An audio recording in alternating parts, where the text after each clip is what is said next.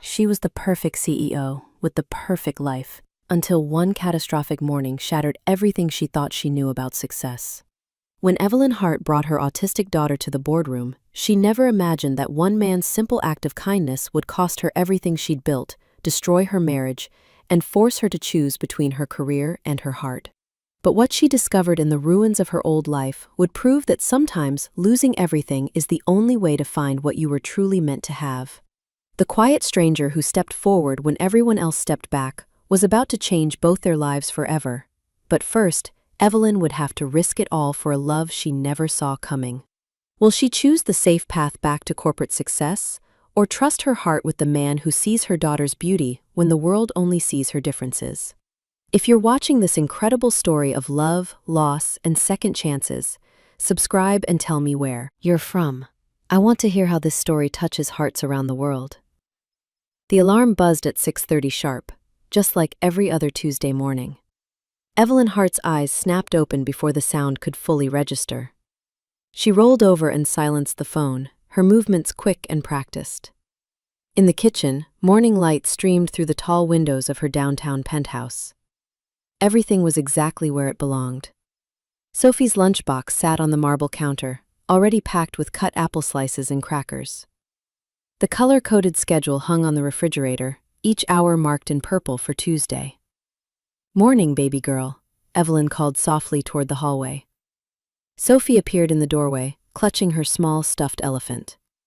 At 8 years old, she had Evelyn's green eyes and honey-colored hair that never wanted to stay in place. She wore her favorite blue dress, the soft one without scratchy seams. "Is it Elephant Day or Train Day?" Sophie asked, holding up her comfort object. Evelyn checked the schedule. "Elephant Day. Good choice, sweetheart." Sophie nodded and sat at her usual spot at the kitchen table. She lined up her small hands exactly parallel to the edge, just the way she liked. Evelyn set down a plate with toast cut into triangles. Never squares, always triangles. The morning routine flowed like a gentle river. Bath time, teeth brushing, backpack check. Sophie hummed a quiet tune while Evelyn braided her hair, counting each twist under her breath. This was their safe time, their predictable time. Evelyn's phone buzzed on the counter. She glanced at the screen and her stomach dropped. A text from Maria, Sophie's daytime nanny. "So sorry, can't make it today. Family emergency. We'll call later." Evelyn stared at the message. Her board meeting was this afternoon. Graham Pierce, the company's chief operating officer, had moved the prep session to 4 o'clock. She couldn't reschedule without serious consequences. "Mama?" Sophie looked up from her toast. "Your face changed." Evelyn forced her expression back to calm.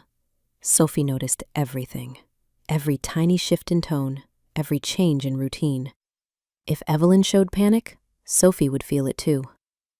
"Just checking messages, baby. Everything's fine." But inside, Evelyn's mind was racing. She scrolled through her contacts. The backup agency went straight to voicemail. Her neighbor Janet was out of town until Thursday. Her ex-husband Caleb lived 2 hours away and rarely answered when she called.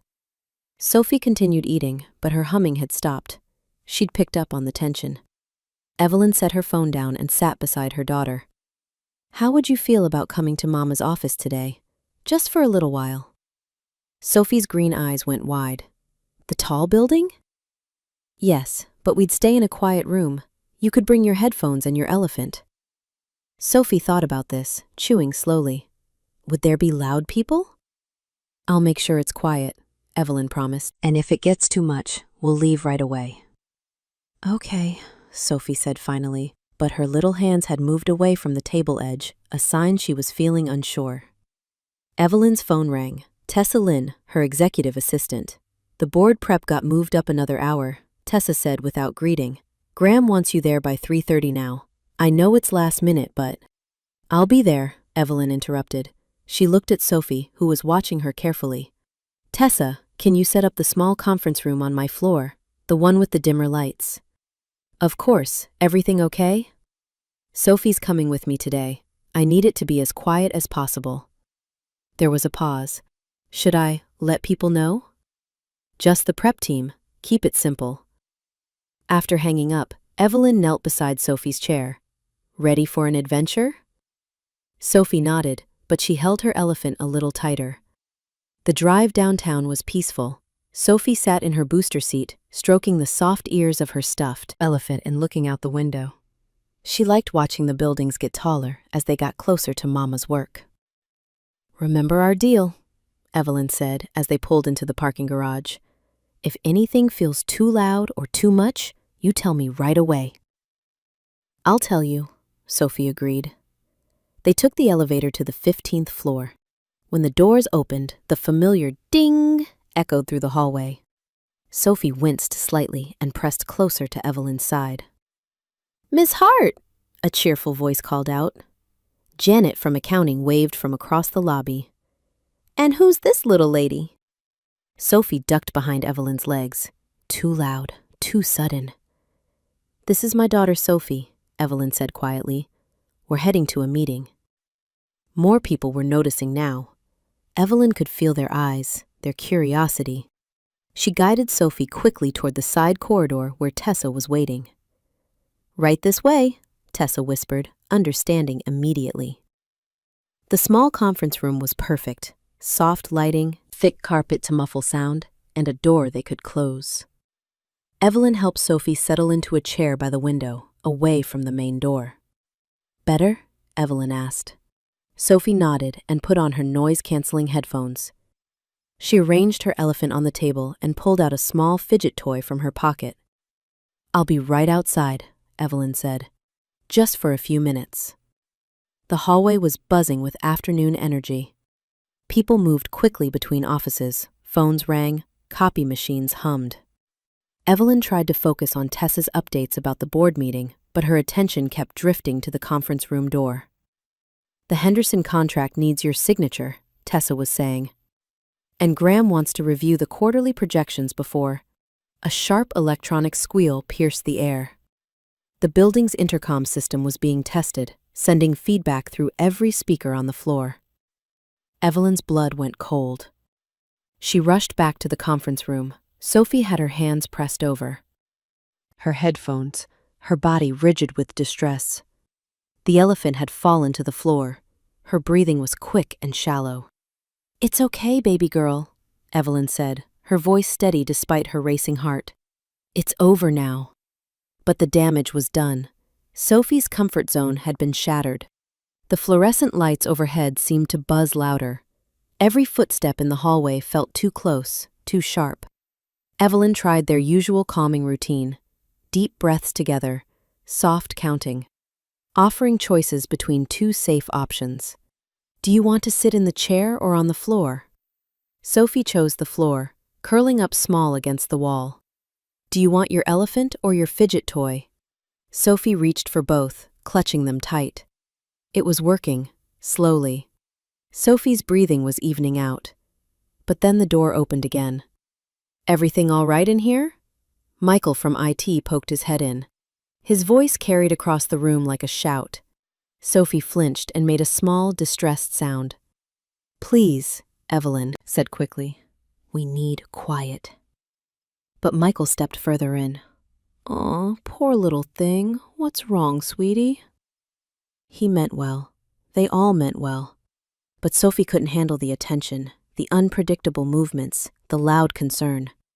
Her distress began to escalate. More faces appeared in the doorway. Word was spreading that something was happening. Evelyn could hear whispers in the hallway. "Can she even handle her own kid?" someone murmured. The words hit Evelyn like a slap. Her carefully controlled composure began to crack. Sophie needed calm, needed quiet, but Evelyn was drowning in her own panic.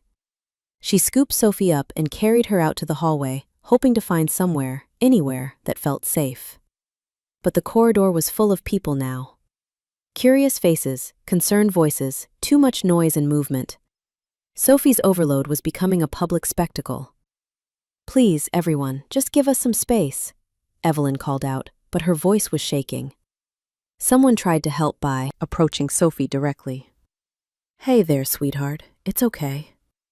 Sophie's distress spiked higher. She was crying now, overwhelmed and scared. Evelyn felt tears threatening her own eyes. This was exactly what she'd feared. She'd failed Sophie, failed as a mother, failed as a leader. The whispers were getting louder, then the noise stopped. Someone had turned off a floor buffer that had been humming in the background. The overhead lights dimmed slightly. A calm voice spoke from somewhere behind the crowd. "Could everyone take a step back, please? Give the little one some space to breathe." The voice was gentle but firm, deep and steady. People began to move away, creating a wider circle. Evelyn turned and saw him, a tall black man in a Navy maintenance uniform. He wasn't looking at Sophie directly. Instead, he'd crouched down sideways, making himself smaller, less threatening. "You're safe," he said quietly to Sophie. His voice was like warm honey, slow and soothing. "You can look at me if you want. Or you can look away. Either one is perfectly fine." Sophie's crying was slowing. She peeked out from where she'd buried her face against Evelyn's shoulder. The man pulled a clean cloth from his pocket and began wiping down a section of wall, his movements calm and predictable. "I'm just cleaning this wall, nothing scary, just wiping it clean." Sophie watched his hands. The steady, rhythmic motion seemed to anchor her. Her breathing began to match the slow pace of his movements. Evelyn stared in amazement. Her entire staff had tried to help and only made things worse. But this stranger, this maintenance worker, had somehow found exactly what Sophie needed. "That's it," he said softly. "You're doing great. Nice and easy." Sophie's grip on Evelyn's shirt loosened. She turned her head to watch the man's gentle movements with the cloth.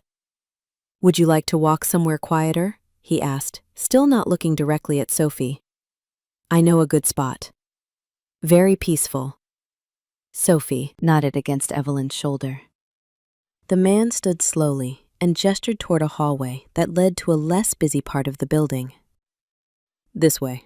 No rush at all." As they walked, Evelyn felt her own breathing start to calm. The hallway grew quieter with each step. The man led them to a small break area near a rarely used section of the floor. "How about here?" he asked. "Nice and quiet." The space was perfect. Soft seating, low lighting, no buzzing fluorescence. Sophie allowed Evelyn to set her down, though she stayed close to her mother's side. "You did real good walking here," the man told Sophie.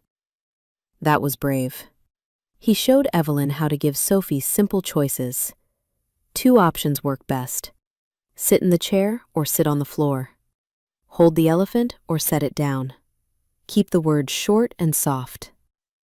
Evelyn tried it. "Sophie, do you want to sit in the soft chair or on the carpet?" Sophie looked between the options and chose the chair. She pulled her elephant close and took a shaky breath. "Better?" Evelyn asked. Sophie nodded. For the first time in an hour, Evelyn felt like she could breathe. She looked at the man who had saved them both. "I don't know how to thank you," she said. He shrugged gently. "No thanks needed, just glad she's feeling better." His voice was humble, but Evelyn could see the quiet strength in his dark eyes. There was something kind there, something solid and trustworthy. Hurried footsteps echoed in the hallway. Tessa appeared, slightly breathless. "Evelyn, I'm so sorry. I tried to keep people away, but..." She stopped when she saw Sophie sitting peacefully in the chair. Oh, that's much better." Evelyn's phone buzzed with a text from Graham. "Come to my office, now." Her stomach tightened. The incident had definitely reached the executive level. "What's your name?" she asked the maintenance worker. "Malik Johnson," he said simply. There was a moment of eye contact between them, brief but charged with something Evelyn couldn't name. Recognition, maybe. Mutual understanding. "Thank you, Malik," she said. "Really." He nodded and stepped back, already returning to his professional distance. "Hope your little girl has a better rest of the day." As he walked away, Evelyn watched the way he moved, confident but unassuming, strong but gentle. She had a feeling this wasn't the last time she'd think about Malik Johnson. "Mama," Sophie said softly. "I like the quiet man." "Me too, baby girl," Evelyn whispered. "Me too." But now she had to face Graham, and somehow she knew this was just the beginning. She left Sophie with Tessa for just a few minutes and walked toward the executive offices, her palms already sweating. Behind her, Sophie was humming again, a good sign. But ahead of her, Evelyn could see Graham's office door. The story was already spreading through the building. She could feel eyes following her as she walked. In the span of one afternoon, everything had changed. Graham's office was exactly what you'd expect from a chief operating officer. Clean lines, expensive furniture, awards and certificates lining the walls. No personal touches, nothing soft or welcoming. Graham looked up from his computer as she entered. His expression was carefully neutral, but Evelyn could read the concern underneath. "Close the door," he said. Evelyn's heart hammered as she took the seat across from his desk. "Want to tell me what happened out there?" Graham's tone was measured, professional, but she knew him well enough to hear the edge. Sophie had a sensory overload. The intercom test triggered it. I managed to calm her down. "With help from one of our maintenance staff, I understand." There it was, the real issue. Yes, Malik was very helpful. He understood how to create a calmer environment. Graham leaned back in his chair. "Evelyn, you know I respect you. You're one of our strongest leaders. But this..." He gestured vaguely toward the door. "Personal matters need to stay out of the workplace." "It was an emergency, Graham. My childcare fell through." "I understand that, but now we have a situation where our CEO's child was in distress in front of multiple staff members, and a janitor had to step in to resolve it." He paused. "Do you see how that looks?" Evelyn felt heat rising in her chest. "How it looks? A man helped a child who was scared. That's how it looks." "That's not what people are saying." "What are people saying?" Graham's expression softened slightly, but his words were still sharp. "They're wondering if you can handle the pressure, if your personal responsibilities are interfering with your professional judgment." The words hit like physical blows. This was her worst fear, that her role as Sophie's mother would be seen as a weakness, a liability. "And what about Malik?" she asked, though she dreaded the answer. "There are questions about boundaries, about whether it was appropriate for maintenance staff to be involved with the CEO's family." He was helping a distressed child. There's nothing inappropriate about kindness. "I'm not saying there was intentional wrongdoing, but appearances matter, Evelyn. Rumors spread fast in a building like this." Graham stood and moved to the window, looking out at the city below. "I'm considering reassigning Mr. Johnson to a different shift. Or possibly a different building entirely." "You can't punish him for doing the right thing." "I'm not punishing anyone. I'm managing risk." Evelyn stared at Graham's back, anger and frustration warring in her chest. Risk of what? Of people seeing that one human being helped another? Risk of rumors, risk of speculation, risk of this becoming something bigger than it needs to be. Graham turned back to face her. "Take the rest of the day. Get Sophie settled at home. We'll discuss next steps tomorrow." It wasn't a suggestion. Evelyn walked back to the break area where Sophie was still sitting quietly with Tessa. Her daughter looked exhausted but peaceful, coloring in a small notebook with careful, precise strokes. "Ready to go home, baby girl?" Sophie nodded and gathered her things. As they walked toward the elevators, Evelyn saw Malik in the distance, back to his regular duties, pushing a cart down the hallway. He moved with quiet purpose, professional and unassuming. He glanced their way briefly, and their eyes met across the space. There was something in his expression, understanding, maybe, or resignation, like he expected this to end badly for him. Evelyn wanted to say something, to thank him again, to apologize for what was coming. But Sophie was tired and needed to get home, and the elevator was arriving. In the parking garage, Evelyn helped Sophie into her booster seat and noticed two employees standing by their cars, talking in low voices. When they saw her, their conversation stopped. She drove home in silence, but her mind was loud with worry. The story was already out there, growing and changing with each telling. And somehow, the man who'd shown them the most kindness was going to pay the highest price. That evening, after Sophie was in bed, Evelyn sat alone in her dark kitchen. Her phone had been buzzing all day with messages from Tessa, from other board members, from people who'd heard pieces of the story.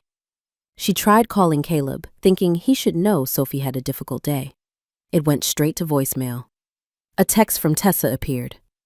"People are talking. I'm sorry." Evelyn stared at the message and felt something hard settle in her stomach. She started typing an email to Graham, defending Malik, explaining what had really happened. But halfway through, she stopped and deleted it. What if pushing made things worse for him? What if fighting this fight cost him his job entirely? She Googled sensory overload workplace and read article after article about creating calmer environments, about understanding rather than judging. None of it felt like enough. Her phone rang at nearly midnight, Caleb's name on the screen. "Finally," she answered. "What's this about Sophie having a breakdown at your office?" His tone was sharp, accusatory. "She had a sensory overload.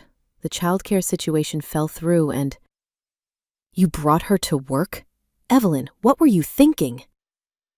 "I was thinking I had no other choice, and it wasn't a breakdown. She was overwhelmed by unexpected noise and—" "This is exactly what I was afraid of. You're trying to do too much. Sophie needs stability, not to be dragged around to accommodate your work schedule." Evelyn gripped the phone tighter. "Sophie is my daughter. I know what she needs." "Do you? Because from what I heard, some janitor had to calm her down because you couldn't." The casual dismissal in his voice made her blood boil. "His name is Malik, and he helped when everyone else made things worse." "A janitor, Evelyn. Think about what that says about your judgment." "It says that compassion matters more than job titles." Caleb was quiet for a moment, then his voice came back colder. "Maybe Sophie would do better with me. More stable environment, better supervision." The line went dead. Evelyn stared at her phone in the darkness. The threat was clear. Caleb had never wanted full custody before. He barely took Sophie for his scheduled weekends. But now he had ammunition. She looked towards Sophie's room, where her daughter slept peacefully, clutching her elephant. Tomorrow, Evelyn would have to face the fallout from today. She'd have to find a way to protect Malik without making things worse. She'd have to prove she could be both a mother and a leader. But tonight, all she could do was sit in her dark kitchen and promise herself that she wouldn't let them make Malik the villain in this story. She wouldn't let them punish kindness, and she wouldn't let anyone, not Graham, not the rumors, not even Caleb, make her feel ashamed for being Sophie's mother. The next morning came too soon. The next morning arrived gray and drizzling. Evelyn stood at her kitchen window, watching the rain streak down the glass while Sophie ate her breakfast at the exact same spot as always. "Mama, your coffee is getting cold," Sophie observed without looking up from her toast triangles. Evelyn smiled, despite her exhaustion. Sophie noticed everything, even when she seemed focused on something else. "You're right, baby girl. Thank you." But the coffee tasted bitter this morning. Everything felt off balance. Evelyn had barely slept, replaying yesterday's events over and over. The way Sophie had melted down in front of everyone, the whispers in the hallway, Malik's gentle voice cutting through the chaos, the way Graham had looked at her like she'd failed. Her phone buzzed with a text from Tessa. "Arrived early. Small conference room is ready if you need it today." Evelyn typed back, "Sophie's staying with Mrs. Chen today, but thank you." Mrs. Chen was their elderly neighbor who sometimes helped in emergencies. Sophie liked her quiet voice and the way she never tried to rush conversations. It wasn't ideal. Mrs. Chen couldn't handle a full day, but it would work until Evelyn could sort out the nanny situation. "Ready for school, sweetheart?" Sophie nodded and collected her backpack, making sure her elephant was safely tucked inside the front pocket. The drive to Sophie's school was peaceful. Sophie attended a small private academy that specialized in children with different learning needs. The teachers understood sensory issues and the importance of routine. It was expensive, but worth every penny for the peace of mind. "Have a good day, baby girl," Evelyn said as Sophie unbuckled her seatbelt. "You too, Mama."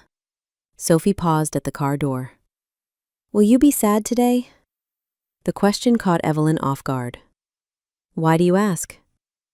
Your voice sounds different, like when you're worried about something. Evelyn's heart squeezed. Sophie's perception was both a gift and a burden. She picked up on emotions others missed, but she also carried worries that weren't hers to bear. I'm fine, sweetheart. Just thinking about work stuff. Nothing for you to worry about. Sophie studied her face for a moment, then nodded. Okay, but if you need to talk, I'm good at listening. As Evelyn watched her daughter walk into school, she felt tears threatening. 8 years old, and Sophie was already trying to take care of her mother's feelings. The drive to the office gave Evelyn time to think. She needed to talk to Malik properly, to thank him, and to apologize for what was coming. She owed him that much. At the office, Evelyn asked Tessa for Malik's work schedule. Tessa hesitated, glancing around to make sure no one was listening. He works nights mostly, 7 to 3, but Evelyn... Tessa's voice dropped lower. Graham asked me about the incident yesterday. He wanted details. What kind of details? Timeline, who saw what, whether Mr. Johnson was already in the area or if he came because of the noise. Evelyn felt her stomach tighten. What did you tell him? The truth, that Mr. Johnson was doing his regular cleaning route and heard the commotion, that he helped calm Sophie when no one else could. Tessa paused, but Graham seemed more interested in whether it looked appropriate. Appropriate, Evelyn repeated, tasting the bitter word. A man helping a frightened child is inappropriate? Not to me, but you know how corporate thinks. Evelyn did know. Image mattered more than substance. Perception trumped reality. A CEO's daughter having a meltdown was bad enough. A janitor being the one to fix it made the story even more problematic. I need to find him, Evelyn said, before his shift ends. He'll be on the lower floors, probably the parking garage or the loading dock. Evelyn had never been to the service areas of her own building. She took the elevator down to the basement level, feeling oddly nervous. The hallways were different here, functional instead of polished, concrete floors instead of carpeted corridors. She found Malik near the loading dock, organizing cleaning supplies in a utility room. He looked up when her heels clicked on the concrete floor, surprise flickering across his face. Miss Hart. He straightened up, immediately professional. Everything okay? I wanted to thank you properly, for yesterday. Evelyn felt awkward in her tailored suit and heels, completely out of place in the utilitarian space. And to apologize. Apologize for what? For what's about to happen to you, because you helped my daughter. Malik went very still. What do you mean? There are rumors, questions about boundaries. Graham is considering moving you to a different shift or building. Something shifted in Malik's expression. Not surprise, resignation, like he'd been expecting this. Of course he is, Malik said quietly. He turned back to the supply cart, his movements careful and controlled. That's how these things usually go. It's not right. Right doesn't matter much when. You're the one they need to blame. Malik's voice was flat, matter of fact. I helped your little girl because she needed help.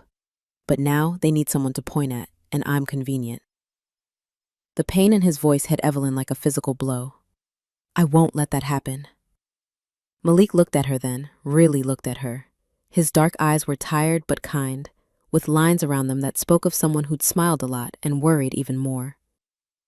You can't stop it, Miss Hart. We both know that. You've got your own position to protect. My position isn't more important than your job. Isn't it? He asked the question gently, without accusation. You're the CEO. I push a mop. That's just how the world works. It doesn't have to be.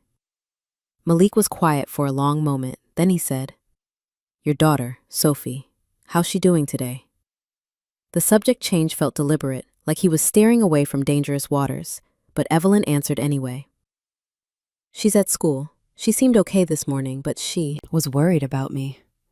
She's a smart kid, picks up on a lot. Too much sometimes. That's not always a bad thing. means she cares about people. That's a gift. The way he talked about Sophie, with respect and understanding instead of pity, made Evelyn's chest warm. You were incredible with her yesterday. How did you know what to do? Malik shrugged, but there was something careful about the gesture. My cousin's boy is similar. Different triggers, but same kind of overload.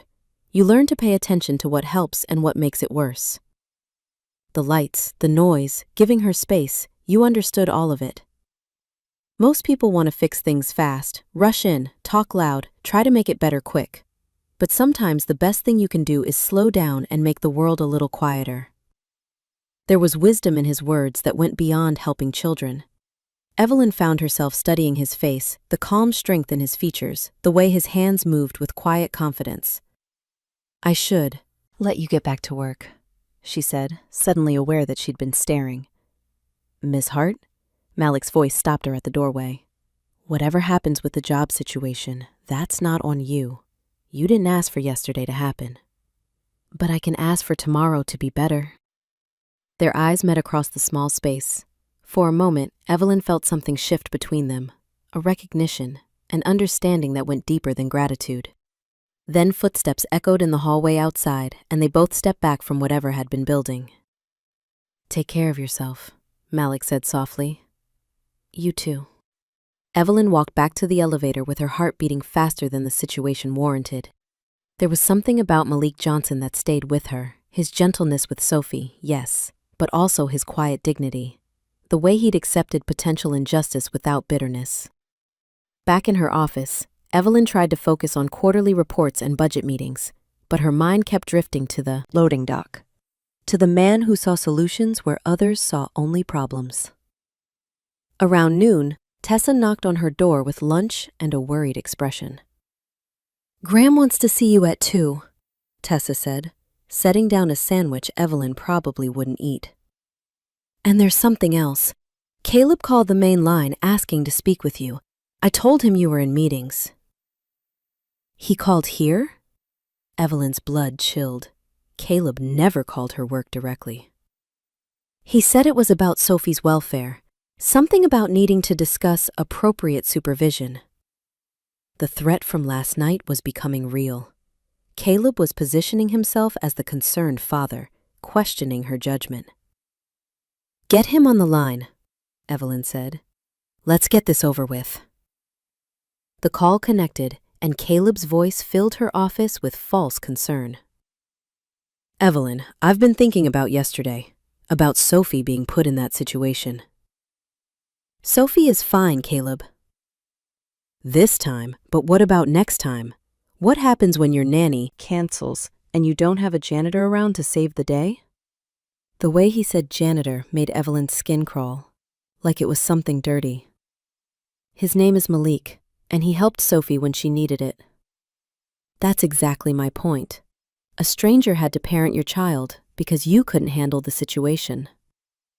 I handled it perfectly well. Sophie was overwhelmed by unexpected noise, and Malik helped create a calmer environment. End of story. Is it? Caleb's voice turned sharper. Because I'm hearing there's quite a bit more to the story. Something about boundary issues and inappropriate contact. Evelyn's hands clenched into fists. There was nothing inappropriate about kindness. Maybe not, but appearance matters, Evelyn, especially when custody is involved. There it was, the real threat.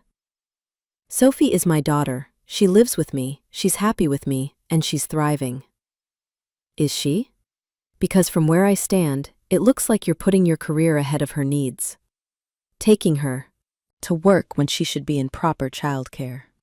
Exposing her to situations that trigger her anxiety. One emergency doesn't make me an unfit mother. One emergency I know about, Caleb corrected. How many others have there been? How many times has she been left with strangers while you handle business? Evelyn's chest was tight with rage and fear. What do you want, Caleb? I want what's best for Sophie, and I'm starting to think that might be a more stable living situation, with me. You take her for 6 days a month, sometimes less when you're busy with work or travel, or whatever woman you're dating. You don't get to play concerned father now. Things change, priorities shift. Maybe it's time I stepped up. The line went dead, leaving Evelyn staring at her phone in fury. Caleb had never wanted primary custody before. It would interfere with his lifestyle too much. But now he saw an opportunity to use Sophie as leverage. The meeting with Graham at 2 o'clock felt like walking into an execution. Sit down, Evelyn. Graham's tone was more formal than usual. We need to discuss the situation with Mr. Johnson. What about it? I've made the decision to reassign him. Different shift, different building. It's for the best. Based on what? Helping a child in distress? Based on maintaining appropriate boundaries and preventing further speculation. Graham opened a folder on his desk. I've had 3 separate employees come to me with concerns about the incident. What kind of concerns? Questions about why maintenance staff was involved in a personal family matter, whether proper protocols were followed, whether the interaction was appropriate. That word again. Evelyn was starting to hate it. And what protocols should we have followed when my daughter was having a panic response? Let her suffer until someone with the right job title showed up? That's not what I'm saying. Then what are you saying? Graham leaned back in his chair. I'm saying that perception matters in leadership. And the perception of our CEO being unable to handle her child, requiring intervention from a janitor, raises questions about judgment and priorities. My priorities are exactly where they should be. My daughter needed help, and someone provided it. I'm grateful, not ashamed. Your gratitude is admirable, but it doesn't change the optics. Evelyn stood up, her patience finally exhausted. Then change the optics. Tell people the truth. A good man helped a scared child. That's the story. It's not that simple. It's exactly that simple, unless you make it complicated. The decision is made, Evelyn. Mr. Johnson will be transferred by the end of the week. And if I object? Graham's expression hardened slightly. Then you'll be making this about something it shouldn't be about. Don't let personal feelings cloud your professional judgment. Personal feelings. As if caring about fairness was a weakness. Evelyn left Graham's office feeling like she'd been punched in the stomach. Malik was going to lose his job at this building because he'd shown kindness to her daughter. The unfairness of it made her physically sick. She spent the rest of the afternoon trying to focus on work, but her mind kept circling back to the loading dock, to the quiet man who'd seen what Sophie needed when no one else could. At 5 o'clock, she made a decision that would have terrified her a week ago. She went back to the basement. Malik was finishing his shift, loading equipment into a service cart. He looked up when she approached, and she could see in his eyes that he already knew. When? She asked. Friday, different building across town, night shift. I'm sorry. I know. He continued packing supplies, his movements methodical. It's not your fault. It feels like it is. That's because you care about people, but this was always going to happen. I've been down this road before. What do you mean? Malik was quiet for a moment. Then he said, 2 years ago, I worked at a downtown hotel. Guest kid wandered off from the lobby, ended up in a restricted area. I found her, brought her back to her parents. Next thing I know, there are questions about why I was with the child, whether I belonged in that area, whether my background check was thorough enough. That's horrible. That's reality. When something goes wrong, they need someone to blame. And people like me, we're convenient targets. People like you? Black men in service jobs. We're helpful until we're not. Trusted until we're not. Appreciated until it costs someone else their reputation. The pain in his voice broke something inside Evelyn's chest. She wanted to argue, to insist it wasn't about race, but she knew better. She'd seen the way some people looked at Malik yesterday, the questions about appropriateness that wouldn't have been asked if he'd been white. This isn't right, she said. Right and wrong don't matter much when you're trying to keep a job. Malik finished loading the cart and looked at her directly. But I want you to know, I don't regret helping Sophie. She needed someone to see her, really see her, and I was glad I could be that person. She liked you. She said so. A small smile crossed Malik's face. She's a special kid. You're raising her right. I'm trying. It's harder than I thought it would be. Best things usually are. They stood in the fluorescent-lit hallway, and Evelyn felt the weight of everything unsaid hanging between them. She wanted to ask him about his cousin's son, about how he'd learned to stay so calm under pressure, about whether he had children of his own. She wanted to know if he was single, if he thought about her, the way she found herself thinking about him.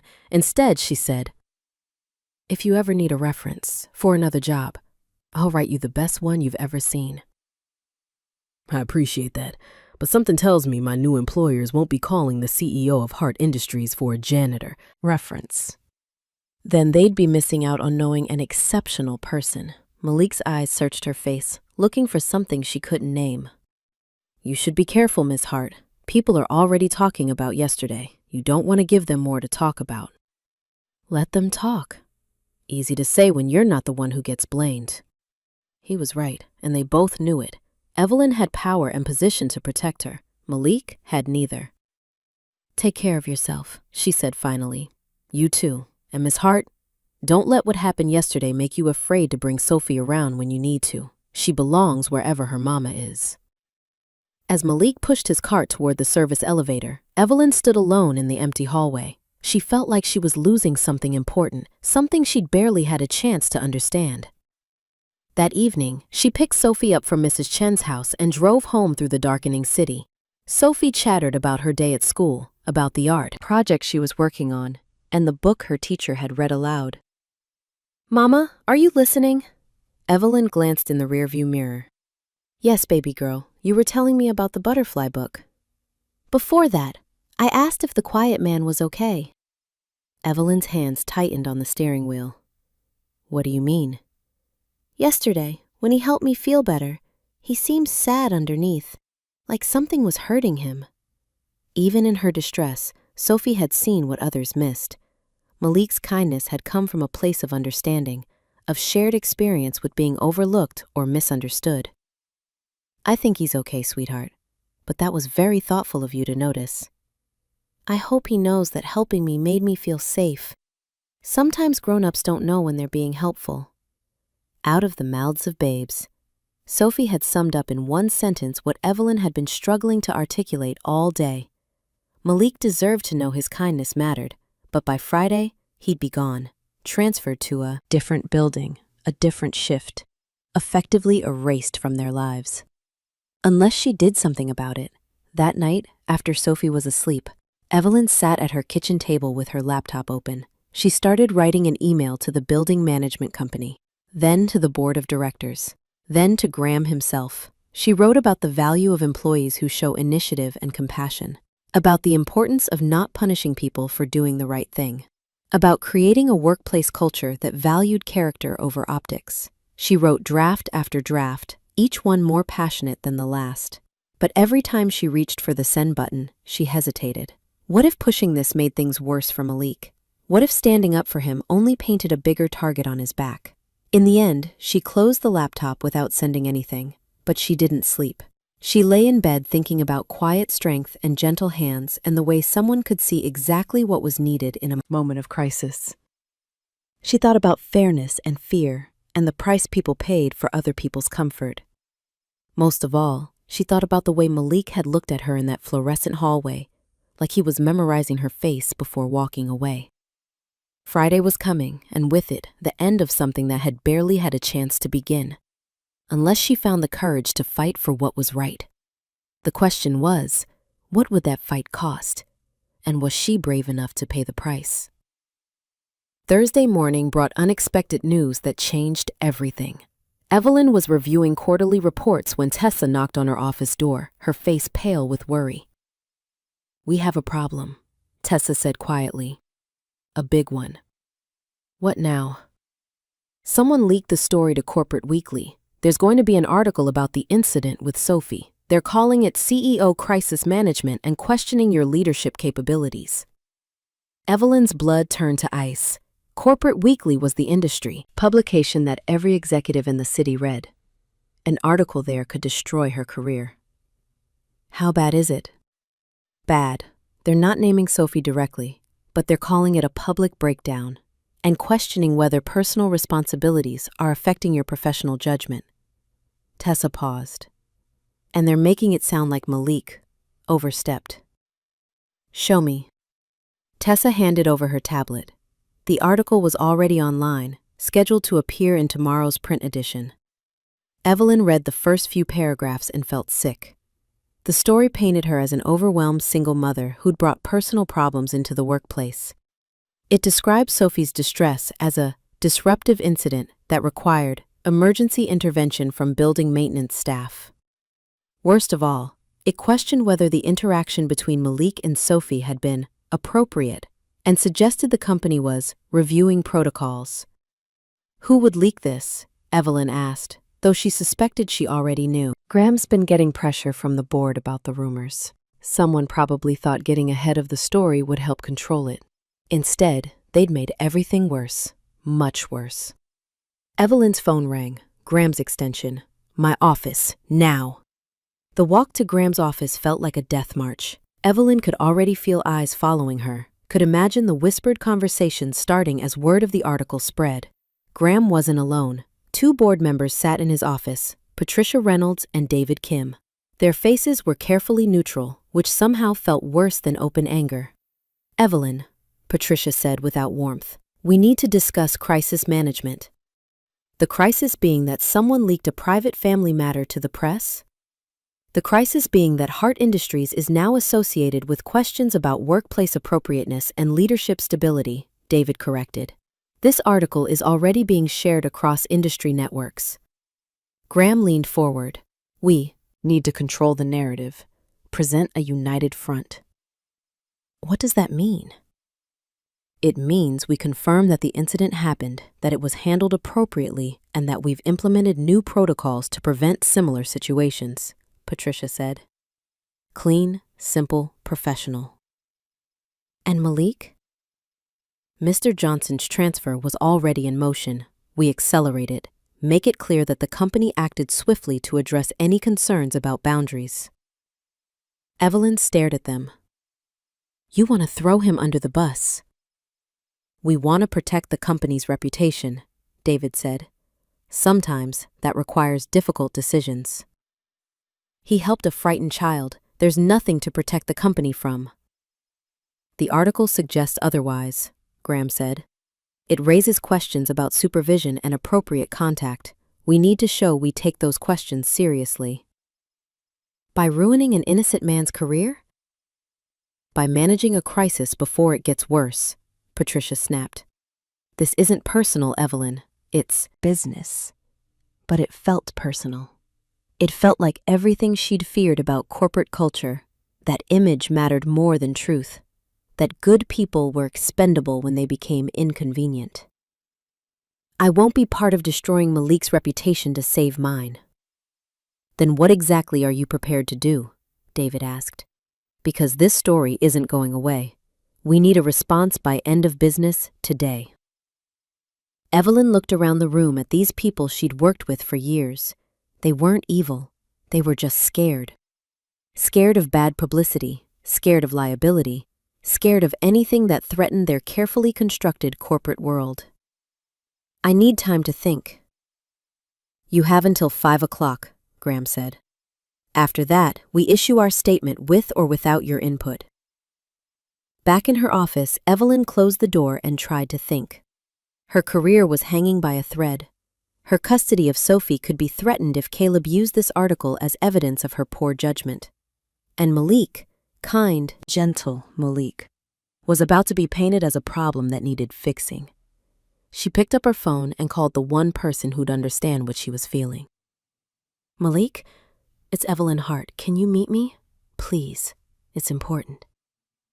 They met at a small coffee shop 3 blocks from the office. Malik arrived in civilian clothes, jeans and a dark sweater that made his eyes look even warmer. He looked tired, like he hadn't been sleeping well either. You saw the article, Evelyn said as he sat down across from her. Tessa sent me a link this morning. His voice was calm, but she could see the tension in his shoulders. Figured it was coming eventually. I'm so sorry. This is my fault. No, it's not. Malik wrapped his hands around his coffee cup. This is just how these things go. Something happens, people get scared, and someone has to pay the price. It shouldn't be you. Why not me? He asked the question without bitterness, like he was genuinely curious. I'm replaceable. You're not. Everyone's replaceable, and no one deserves to be treated like this. Malik studied her face. What are you thinking about doing? I don't know yet, but I can't let them make you the villain. Even if it costs you your job? The question hung between them. Evelyn had been asking herself the same thing all morning. Sophie needs stability, Malik continued gently. She needs you to be okay. Don't sacrifice that for me. What if I don't want to be the kind of person who stays quiet when good people get hurt? Then you're better than most. But being better doesn't pay the bills or keep your daughter safe. There was wisdom in his words, but also sadness. Like he'd learned too many times that principal was a luxury working people couldn't afford. Tell me about your cousin's son, Evelyn said suddenly. The one who's like Sophie. Malik's expression softened. Marcus. He's 10 now. Brilliant kid, but the world's too loud for him most of the time. His mama works 3 jobs too, pay for the special school that understands him. And you help? When I can. Take him to the park sometimes. Teach him how to find quiet spaces when everything gets overwhelming. Malik smiled slightly. He loves trains, knows everything about schedules and routes and different types of engines. Most people think it's weird, but I think it's amazing how his brain works. Sophie loves patterns too. She arranges her art supplies by color and counts things when she's nervous. It's their way of making sense of chaos, creating order when the world feels too unpredictable. The tenderness in his voice when he talked about Marcus, about Sophie, made Evelyn's chest ache. Here was a man who understood what it meant to see past surface behaviors to the person underneath. You'd be a wonderful father, she said without thinking. The words surprised them both. Malik looked down at his coffee, a flush creeping up his neck. Sorry, Evelyn said quickly. That was. Thank you, he said quietly. That means more than you know. There was a story there, she could tell. Something about wanting things he'd been told he couldn't have, about dreams deferred or denied. Do you have kids? She asked gently. No, been close a couple times, but, he shrugged, things didn't work out. I'm sorry. It's okay, maybe someday. He looked up at her then, and she saw something vulnerable in his dark eyes. What about you? Was Sophie planned? Yes and no.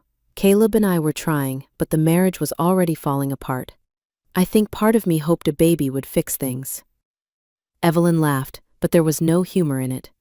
Turned out Sophie was the best thing that came from that relationship, and Caleb wasn't ready to be the father she needed. His loss. Sophie's loss, too. She deserves a father who sees how amazing she is. She's got a mother who sees it.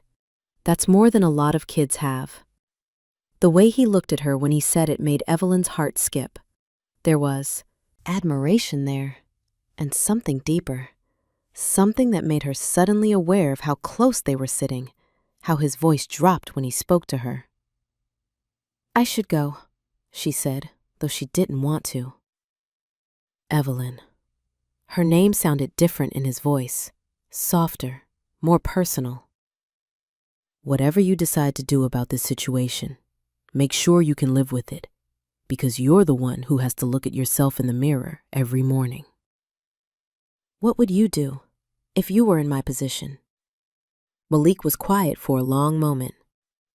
I'd probably do exactly what you're thinking about doing, even though it's not smart. Which is? Tell the truth. Fight for what's right. Refuse to let fear make your decisions for you. Even if it costs everything?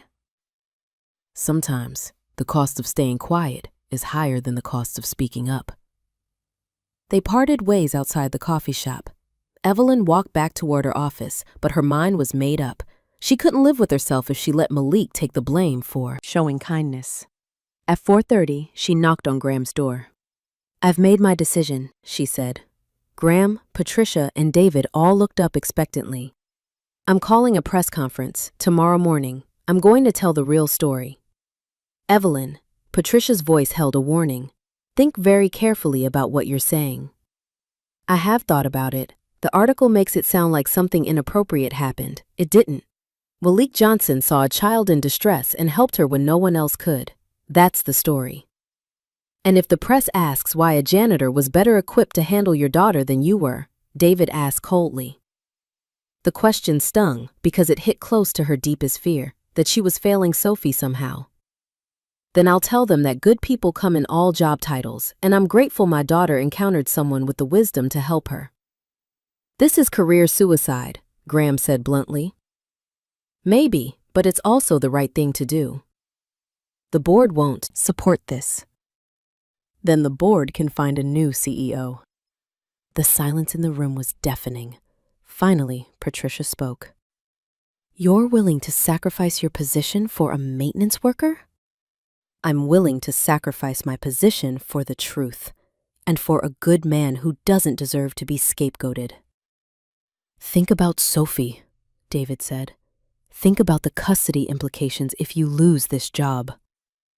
"I am thinking about Sophie.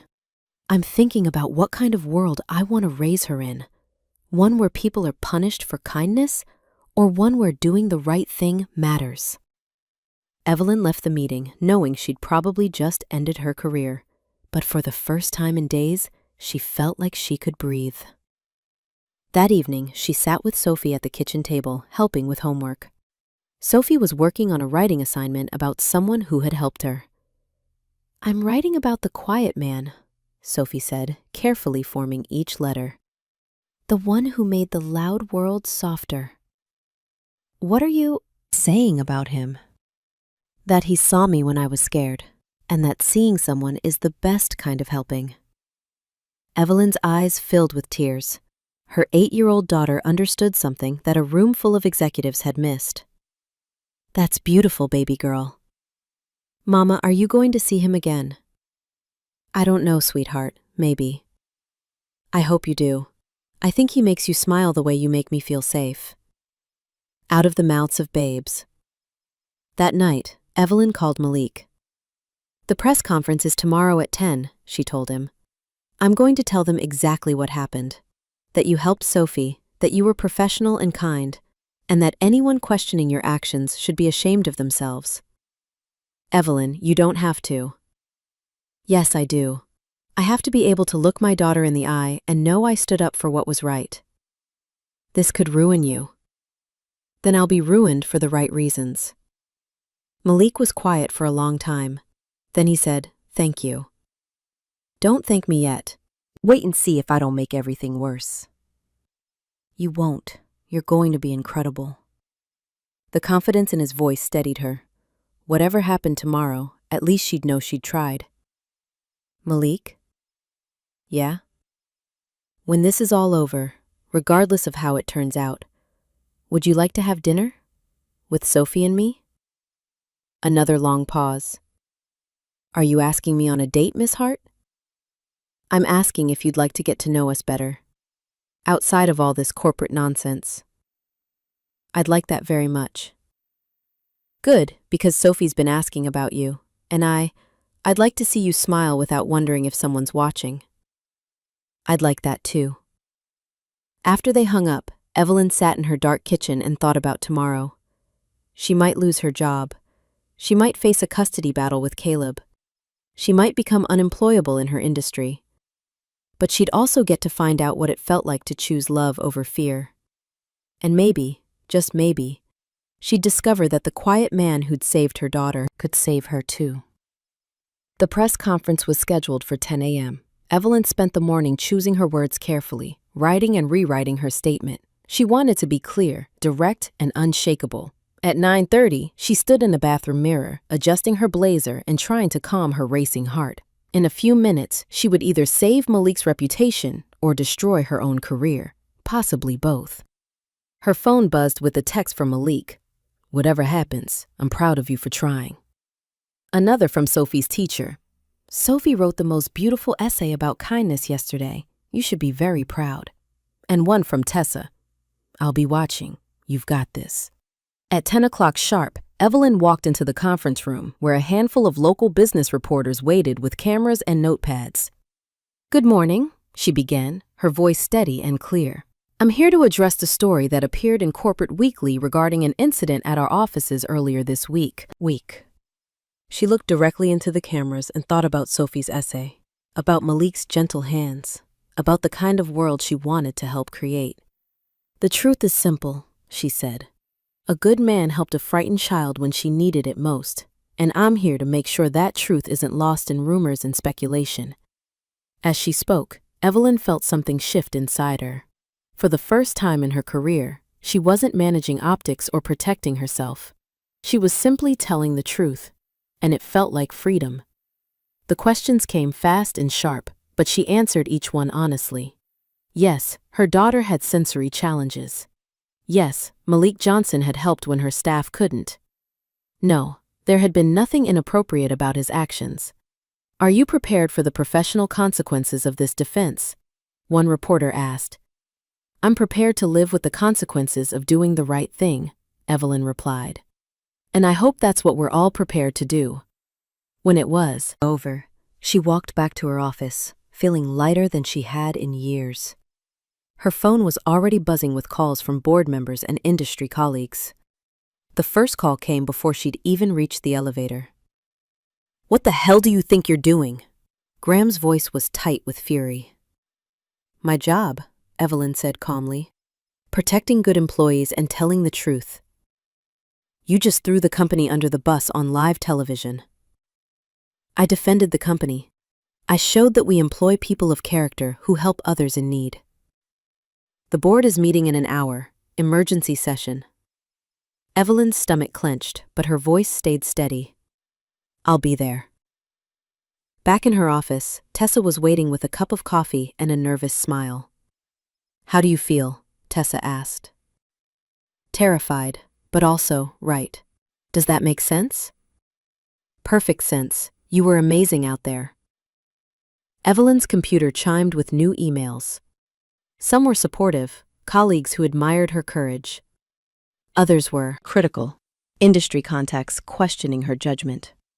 A few were from reporters wanting follow-up interviews. One stood out. It was from Dr. Sarah Chen, the director of Sophie's school. "I saw your press conference. As an educator who works with children like Sophie every day, I want you to know how refreshing it is to see someone stand up for what's right. Your daughter is lucky to have a mother who models integrity. If you need any support regarding Sophie's needs or your situation, please don't hesitate to call." The email made Evelyn's eyes well up. She'd been so focused on the corporate fallout that she'd almost forgotten there were people who would understand what she'd done. Her phone rang again. This time it was a number she didn't recognize. "Ms. Hart, this is Jennifer Martinez from Channel 7 News. We'd like to do a follow-up story about workplace discrimination and the treatment of service employees. Would you be willing to comment?" "I've said what I needed to say."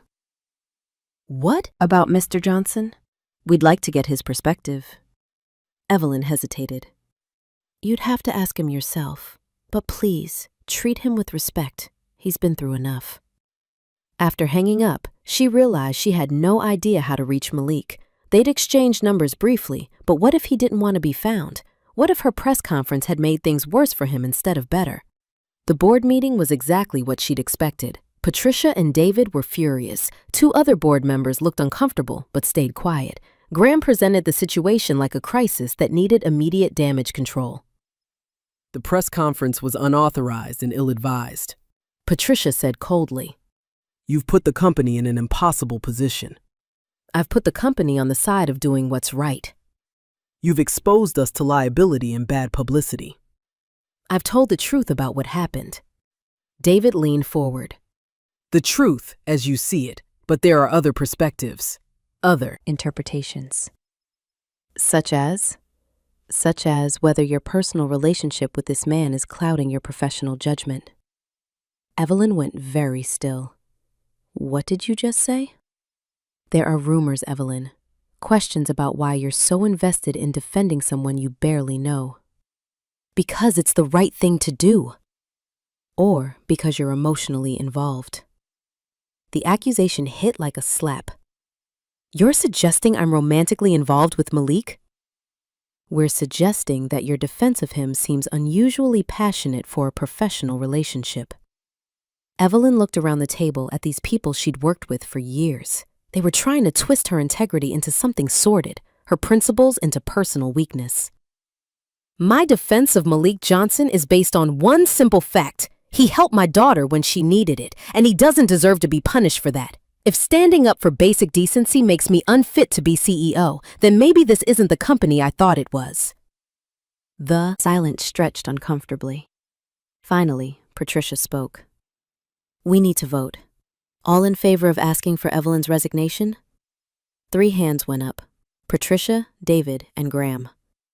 Opposed? 1 hand. Martin Webb, the oldest board member, who'd been quiet through the whole meeting. Motion carries.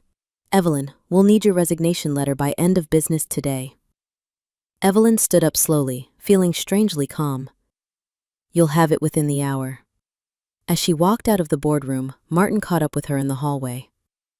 For what it's worth, he said quietly, I think you did the right thing. Sometimes that costs more than people are willing to pay. Thank you. That man, Johnson, you care about him. It wasn't a question. Evelyn nodded. Then don't let this be the end of something good. Life's too short to let fear win. Back in her office, Evelyn sat down to write her resignation letter. It was surprisingly easy.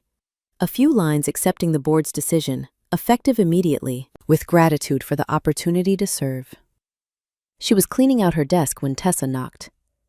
I heard, Tessa said, tears in her eyes. This is so unfair. It's okay. I knew this might happen.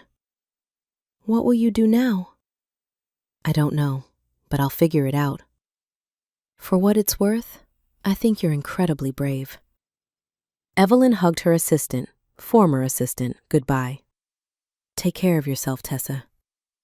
The drive home felt surreal. 2 weeks ago, she'd been a successful CEO with a corner office and a 6-figure salary. Now she was unemployed, facing a potential custody battle with an uncertain future. But she'd kept her integrity, and she'd protected a good man from being unfairly blamed. It would have to be enough. Sophie was already home from school when Evelyn arrived. Mrs. Chen met her at the door with a concerned expression. I saw the news, she said gently. You're a good mother, Evelyn. Don't let anyone tell you different. Sophie was in her room, working on a puzzle at her small desk. She looked up when Evelyn appeared in the doorway. Mama, why do you look sad and happy at the same time? Because sometimes doing the right thing is complicated, baby girl. Did you do the right thing? I think so. I hope so. Sophie nodded seriously. Then the happy part will get bigger and the sad part will get smaller. That's how feelings work. Evelyn sat on Sophie's bed and marveled at her daughter's wisdom. 8 years old, and she understood emotional truth better than most adults. I might not have my old job anymore, sweetheart, but that doesn't mean anything bad will happen to us. Will you get a new job? Eventually. Will we still be able to live here? Evelyn hesitated. The honest answer was that she didn't know. Her savings would last for a while, but not indefinitely. We'll figure it out together, you and me. Sophie climbed into Evelyn's lap, still small enough to fit perfectly there. I'm not worried, Mama. You always take care of everything. The faith in Sophie's voice was humbling and terrifying. Evelyn had always been the one with the plan, the steady income, the secure future. Now she was unemployed and uncertain about everything. But she had something she'd never had before. The knowledge that she'd chosen principle over convenience, and maybe that was worth more than security. That evening, her phone rang, Malik's name on the screen. I saw the press conference, he said without preamble. You didn't have to do that. Yes, I did. You lost your job. I know. Because of me. Because of doing what was right. There's a difference. Malik was quiet for a long moment, I don't know what to say. Say you'll still have dinner with us. Sophie's been asking about you, and Evelyn took a breath. I'd like to see you. Not as CEO and employee, but as Evelyn and Malik. Are you sure? After everything that's happened? Especially after everything that's happened. I want to get to know the man who saw what my daughter needed when no one else could. The man who was worth losing a job over. Another pause, then softly. When? Saturday night? I'll cook. Nothing fancy, just us. I'd like that. Good, because I think we have a lot to talk about. Evelyn? Yeah? Thank you for seeing me as more than just the job I do. Thank you for seeing Sophie as more than just a problem to be managed. After they hung up, Evelyn sat in her quiet kitchen and thought about the future. It was uncertain and scary, but it was also full of possibility. She'd lost her job, but she'd found something more valuable. The knowledge that she could choose love over fear, truth over convenience, integrity over security. And maybe, just maybe, she'd found the beginning of something beautiful with a man who understood what it meant to protect the people you care about. Saturday couldn't come soon enough. Saturday evening arrived with soft golden light filtering through Evelyn's kitchen windows. She'd spent the afternoon cooking. Nothing fancy, just spaghetti with homemade sauce and garlic bread. Simple food that wouldn't overwhelm Sophie and would let them focus on getting to know each other. Sophie had helped by setting the table with her usual precision. 3 place settings, each fork and knife aligned perfectly. She'd chosen her favorite blue dress and had been unusually chatty all day. Will the quiet man like my elephant? Sophie asked for the 3rd time, holding up her stuffed animal. I think he'll love to meet your elephant, Evelyn said, stirring the sauce. But remember, his name is Malik. Malik, Sophie repeated carefully, practicing the sound. That's a nice name. It sounds gentle. Evelyn smiled. Sophie had a way of cutting straight to the heart of things. The doorbell rang at exactly 6 o'clock. Malik was punctual, another thing Sophie would appreciate. Evelyn opened the door and felt her breath catch.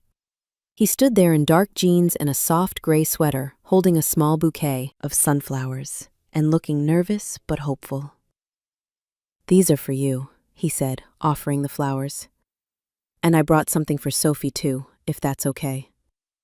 He pulled a small gift from his jacket pocket, a wooden train whistle, smooth and simple. It's quiet, he explained. Makes a soft sound instead of loud. My cousin Marcus has one like it. The thoughtfulness of it made Evelyn's chest warm. He'd remembered Sophie's sensitivity to noise and chosen something that would work for her specifically. That's perfect, she said. Come in. Sophie appeared in the hallway, staying close to the wall but curious. She held her elephant against her chest and studied Malik with serious eyes. Hi, Sophie, Malik said softly, crouching down to her level but keeping his distance. I brought you something. Would you like to see it? Sophie nodded and took a small step forward. Malik showed her the whistle, demonstrating its soft, melodic tone. It's made from maple wood. Feel how smooth it is. Sophie reached out carefully and touched the whistle. Her eyes lit up at the texture and the gentle sound it made. Thank you, she said quietly. It's very nice. Would you like to meet my elephant? I'd be honored to meet your elephant. Watching them together, Evelyn felt something shift in her chest. There was no forcing, no rushing. Malik understood that trust was earned in small moments, not demanded in big gestures.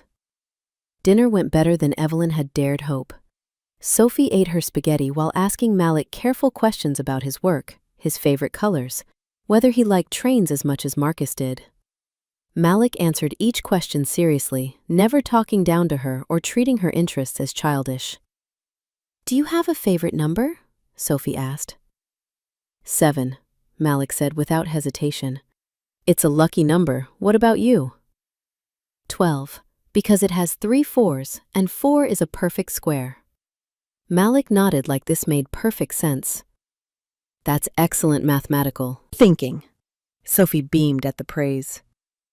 After dinner, Sophie showed Malik her room, her carefully organized art supplies, her collection of smooth stones, her bookshelf arranged by color. He admired everything with genuine interest, asking questions about her sorting systems and commenting on her artwork. "You're a very organized person," he observed. "That's a valuable skill." "Mama says my brain likes patterns because they make me feel safe." "Your mama is very wise. I like patterns too. They help make sense of things." When Sophie went to brush her teeth, Evelyn and Malik found themselves alone in the living room. The easy conversation of dinner gave way to something more charged, more aware.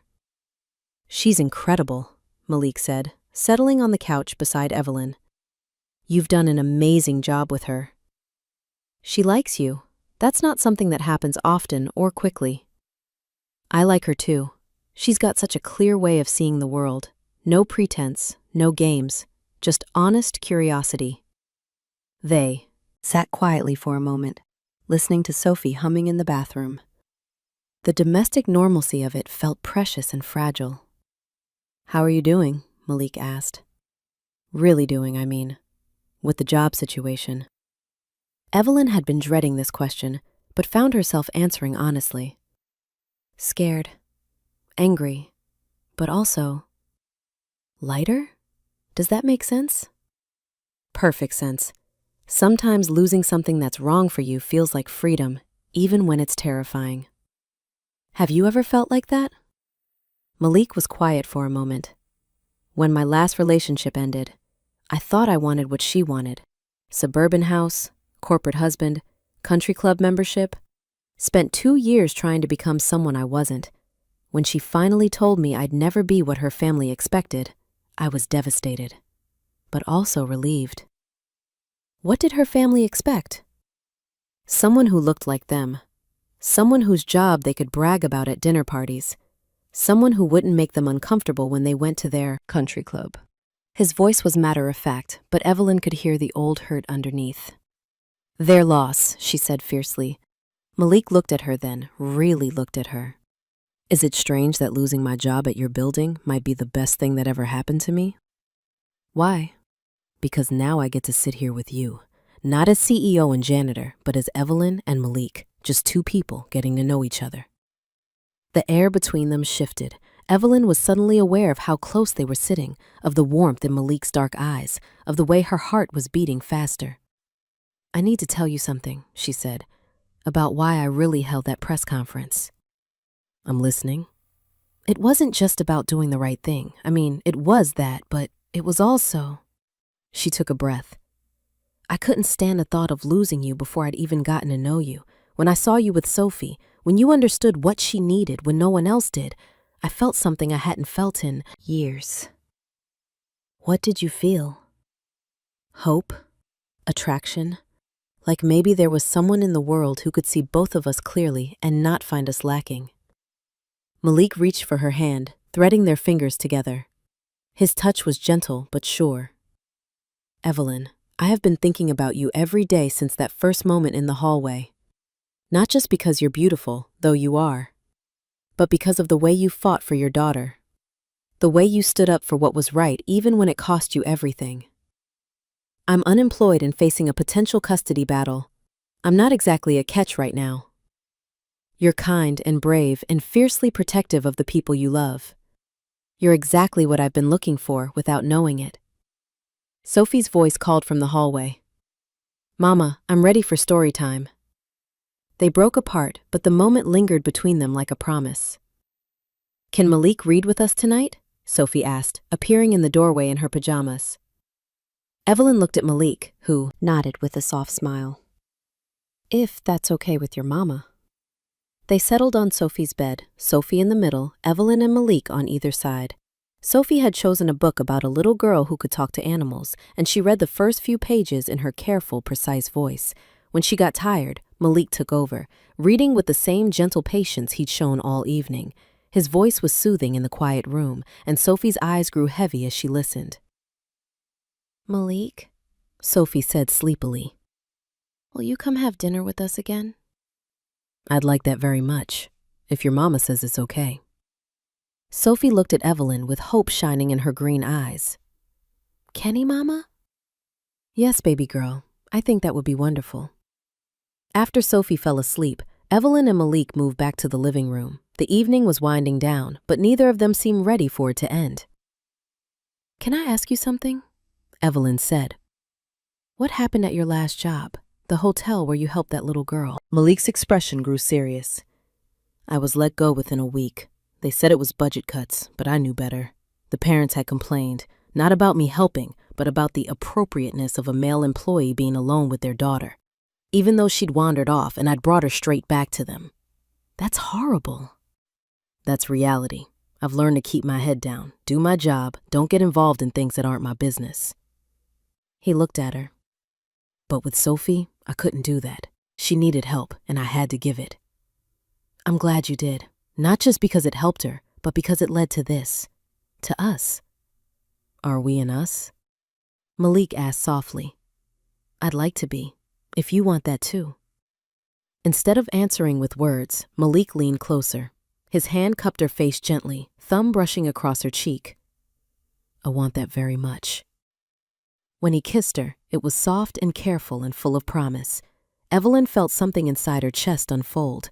Hope, affection, the beginning of something that could become love.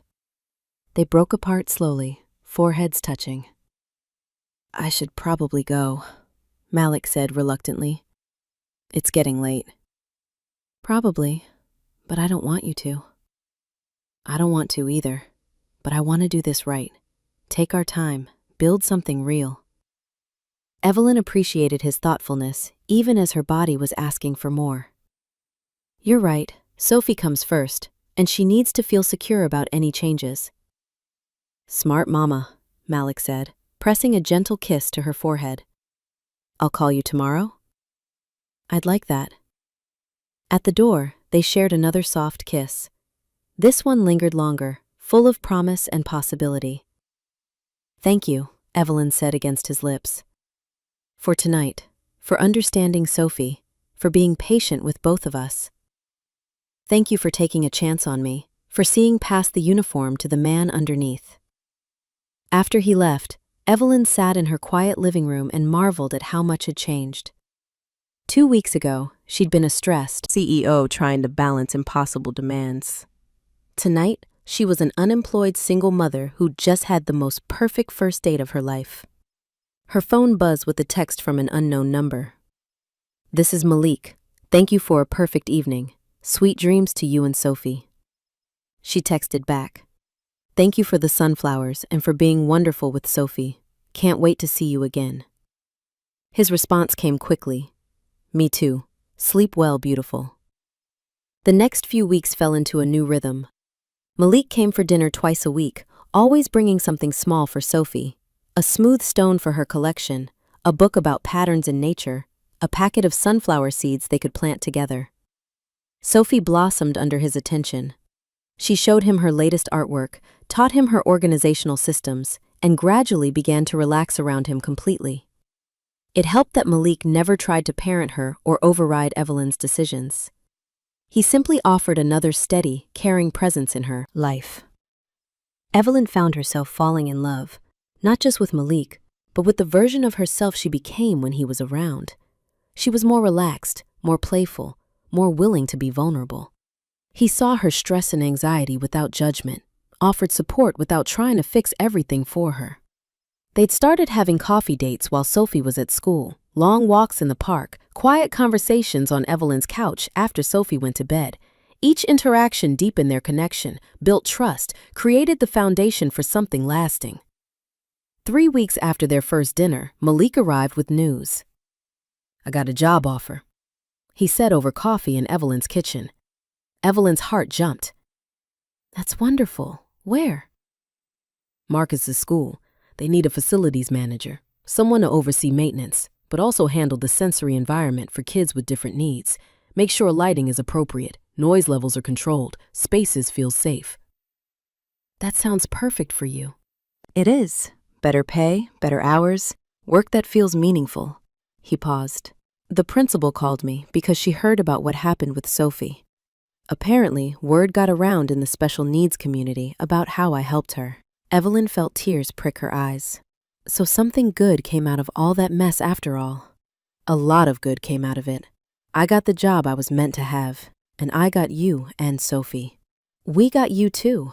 That evening brought another piece of good news. Evelyn's phone rang with a call from Dr. Sarah Chen, Sophie's school director. Evelyn, I hope you don't mind me calling. I've been following your story, and I wanted to reach out about something. Of course, what is it? Our board is looking for a new director of operations, someone to oversee our educational programs, help with fundraising, work with families. The pay isn't what you were making in corporate, but it's meaningful work with families like yours. Evelyn's heart leaped. Are you offering me the position? I'm asking if you'd be interested in applying. Your background in management, your understanding of what families like yours need, you'd be perfect for this role. Yes, Evelyn said without hesitation. Yes, I'm very interested. Wonderful. I'll send you the details tonight. When she told Sophie and Malik about the job opportunity over dinner, Sophie clapped her hands in delight. You could work at my school, Mama. That would be perfect. It would mean a pay cut, Evelyn warned. We might need to move to a smaller place. Sophie considered this seriously. Would we still be together? Of course. Then it doesn't matter where we live. Malik reached across the table and squeezed Evelyn's hand. I think it sounds like exactly what you're meant to do. A month later, Evelyn started her new job. The work was challenging but fulfilling, helping families navigate special education services, developing programs that actually serve children's needs, fundraising for scholarships so no child would be turned away for financial reasons. The pay was indeed less than her CEO salary, but it was enough, especially when Malik quietly started contributing to groceries and utilities, not as an obligation, but as a natural part of becoming part of their small family, because that's what he'd become. Not Sophie's stepfather. That role would be earned slowly, carefully, with Sophie's full consent, but a loving, stable presence in both their lives. 6 months after that first dinner, Malik had a key to their apartment. He kept clothes in Evelyn's closet, books on her nightstand, his coffee mug in her kitchen cabinet. Sophie had stopped calling him the quiet man and started calling him Malik with easy affection. They talked about the future, tentatively at first, then with growing confidence. Marriage, someday, maybe. More children if Sophie wanted siblings. A house with a garden where they could grow the sunflowers Malik had given Sophie for her birthday. But those were dreams for later. For now, they were content with small daily intimacies. Saturday morning pancakes, bedtime stories read in 3-part harmony, quiet conversations after Sophie fell asleep. One evening in late spring, as they sat on Evelyn's couch watching Sophie work on a puzzle at the coffee table, Malik said something that made Evelyn's heart skip. I love this, he said quietly, this ordinary, everyday happiness. I used to think love had to be dramatic to be real, but this feels more real than anything I've ever experienced. What feels real? Evelyn asked, though she thought she knew. Coming home to you and Sophie, having somewhere I belong completely, being seen and accepted for exactly who I am. Sophie looked up from her puzzle. Malik, do you love my mama? The question was asked with typical Sophie directness. Malik didn't hesitate. Yes, I do, very much. Do you love me too? Yes, sweetheart, I love you both. Sophie nodded with satisfaction and returned to her puzzle. For her, it was settled. Evelyn felt tears threaten. I love you too, she said softly. Both of you made my life bigger and brighter and better. Even though loving me cost you your old life? Especially because of that. The old life was too small for who I really am. Later that night, after Sophie was asleep, they lay in Evelyn's bed talking quietly in the dark. Do you ever regret it? Malik asked. Standing up for me? Losing the job? Never. Do you regret helping Sophie that day? Never. Then we're even. Malik was quiet for a moment. Then he said, I want to ask you something, but I'm afraid it's too soon. Ask me. Move in with me, officially. Find a place together, all 3 of us. Make it real. Evelyn's heart raced. What about Sophie? This is a big change for her. We'd ask her opinion, make the decision together, but Evelyn, I want to build a life with you, both of you. I want to wake up next to you every morning and read bedtime stories to Sophie every night and be the family we've already become. Yes, Evelyn said without hesitation. Yes, I want that too. They talked until dawn about practical things, neighborhoods to consider, Sophie's school commute, how to blend their belongings. But underneath the logistics was pure joy at the future they were planning together. When Sophie woke up that morning and found them making breakfast together, she seemed to sense something had changed. Are you happy, Mama? She asked, studying Evelyn's face. Very happy, baby girl. Good. You look like sunshine when you're happy. A year later, they were settled in a small house with a backyard garden where Sophie's sunflowers grew tall and bright. Evelyn thrived in her job at the school. Malik loved his work creating safe environments for children like Sophie and Marcus. Sophie had adjusted to their new life with typical grace, claiming the bedroom with the best morning light and carefully arranging her possessions in their new home.